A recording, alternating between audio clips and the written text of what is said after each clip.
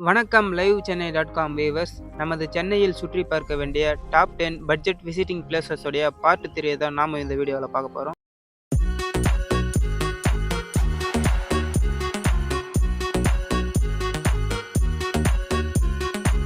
பத்தாவதாக கலைஞர் நூற்றாண்டு பூங்கா.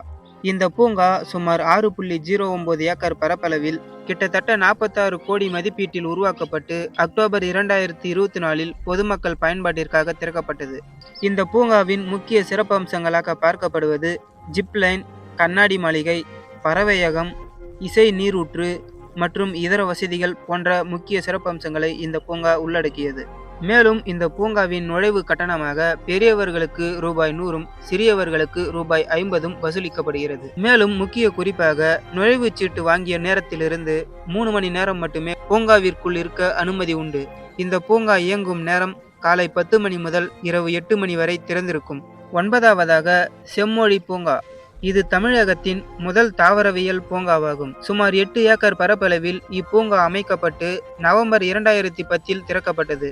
மேலும் இந்த பூங்காவின் முக்கிய சிறப்பம்சங்களாக பல்வேறு வகையான தாவர வகைகள், சிறப்பு தோட்டங்கள், செங்குத்து தோட்டங்கள் போன்ற பல்வேறு சிறப்பம்சங்களை கொண்டுள்ளது.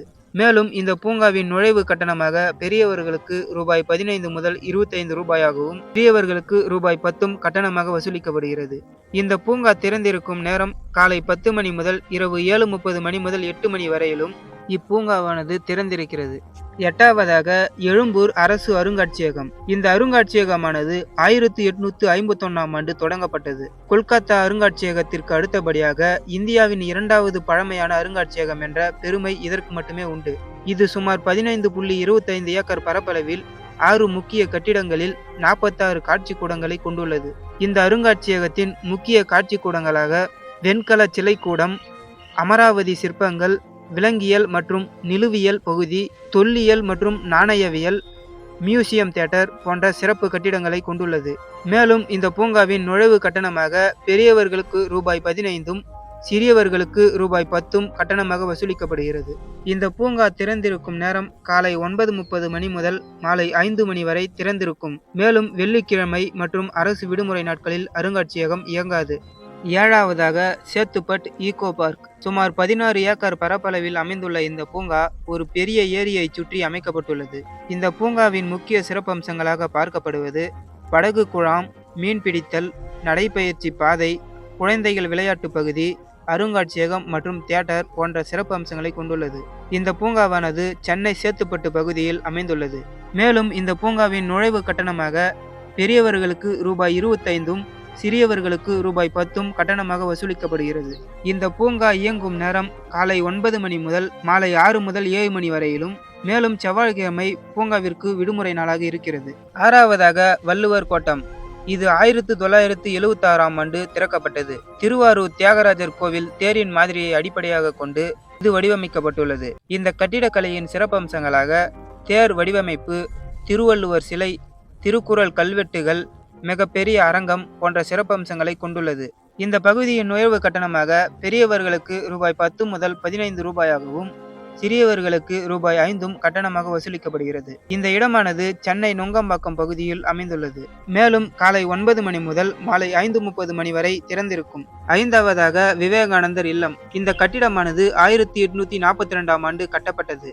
இந்த இல்லத்தின் சிறப்பம்சங்களாக தியான மண்டபம், அருங்காட்சியகம், நவீன தொழில்நுட்பம், கட்டமைப்பு போன்ற பல்வேறு சிறப்பம்சங்களை கொண்டுள்ளது. மேலும் இந்த இல்லத்தில் விவேகானந்தரின் வாழ்க்கை வரலாறு, இந்திய கலாச்சாரம் மற்றும் பாரம்பரியம் குறித்த புகைப்பட கண்காட்சி உள்ளது.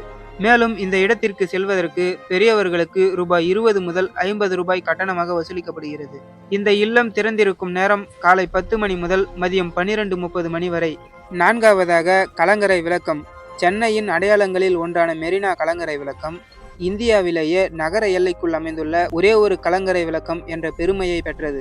இந்த கலங்கரை விளக்கத்தின் வரலாற்று மற்றும் சிறப்பம்சங்கள்.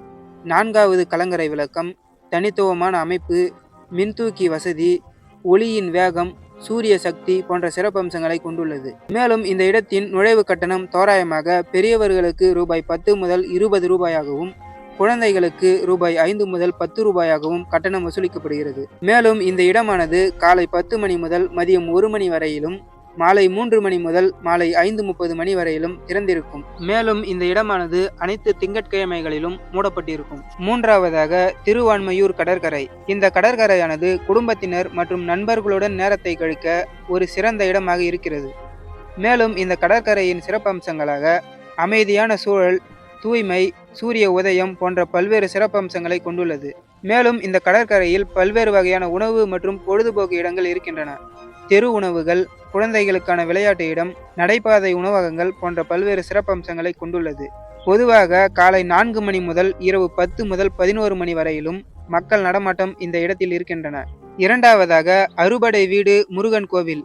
முருகப்பெருமானின் 6 புனித தலங்களையும் ஒரே இடத்தில் தரிசிக்க விரும்பும் பக்தர்களுக்காக கட்டப்பட்ட ஒரு அற்புதமான ஆலயமாக இருக்கிறது. மேலும் இந்த கோவிலின் சிறப்பம்சங்களாக 6 சன்னதிகள், கோவிலின் வடிவமைப்பு, நியூயார்க் விநாயகர், யோக பைரவர் போன்ற பல்வேறு சிறப்பம்சங்களை கொண்டுள்ளது.